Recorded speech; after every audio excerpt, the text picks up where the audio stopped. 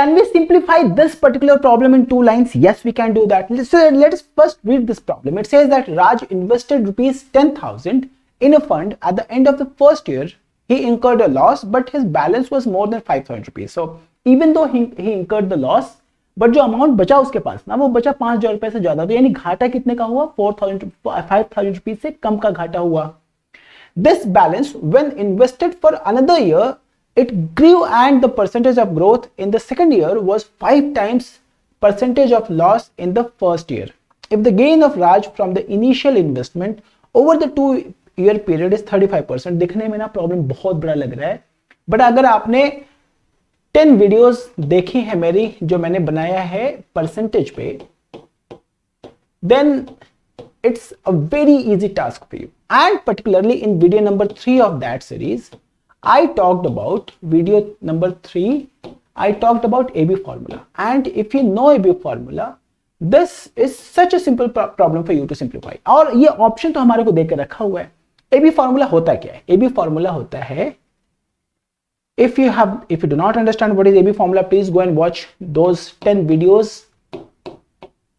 particularly video number 3 of percentage.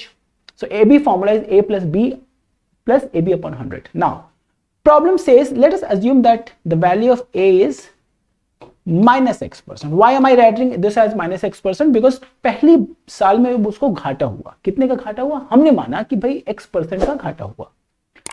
And then in the subsequent year, there is a profit of 5%. So this is going to be what? 5x positive, इतने का profit हो गया. और ऐसा करने के बाद उसने बोला कि जो ओवरऑल वैल्यू आई ये कितनी आई? 35% आ गई. मैं कह रहा हूं कि ये हम करेंगे ही नहीं, हमारे पास तो ऑप्शन देके रखा हुआ है. ऑप्शन प्लग इन करेंगे, हमारा काम बनेगा. ना ये भी करने की बजाय अगर हमारे को ये वाला फॉर्मूला ध्यान में है तो प्रॉब्लम क्या बोलता है? Then the percent of loss in the first year, if it is a which is option number A, तो पहला जो घाटा हुआ वो हुआ -15% का. इसको ए बी फॉर्मूले में डाला.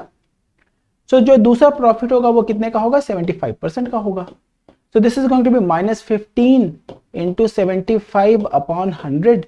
Understand this, and we have to get what? We have to get 35. It is not going to be 35 because ये यहां पे completely divisible ही नहीं होगा, कुछ ना कुछ फ्रैक्शन पे आएगा. So this option is not the right answer. If I go with option number B, चलो मेरा ऑप्शन नंबर ए तो गड़बड़ हो गया. ऑप्शन नंबर बी मैंने क्या किया? -5 प्लस 25 एंड देन -5 इंटू, अब इसका कि मैं जाऊंगा ही नहीं because I know for sure that this value over here is 20. अब 20 में से कुछ ना कुछ ये सब्सट्रैक्ट होगा तो ये 35% तो आएगा नहीं. तो this option is also gone.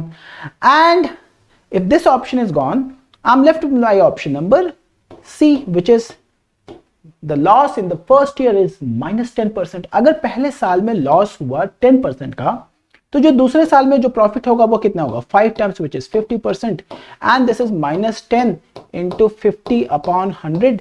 Simplify this, you must get 35%. यही तो आंसर है ना भाई. So this is 40 and then this is what? This is -5. Aren't you getting 35%? And do not you think that CAT में ऐसे problem पूछे जा रहे हैं जो बिल्कुल सिंपल होते हैं, जहां पे आपको ऑप्शन से एलिमिनेट किया तो प्रॉब्लम आपसे 2 से 3 लाइन में सिंप्लीफाई हो जाएगा. So all that you needed to understand as to how AB formula functions in 2 successive percentile changes, right?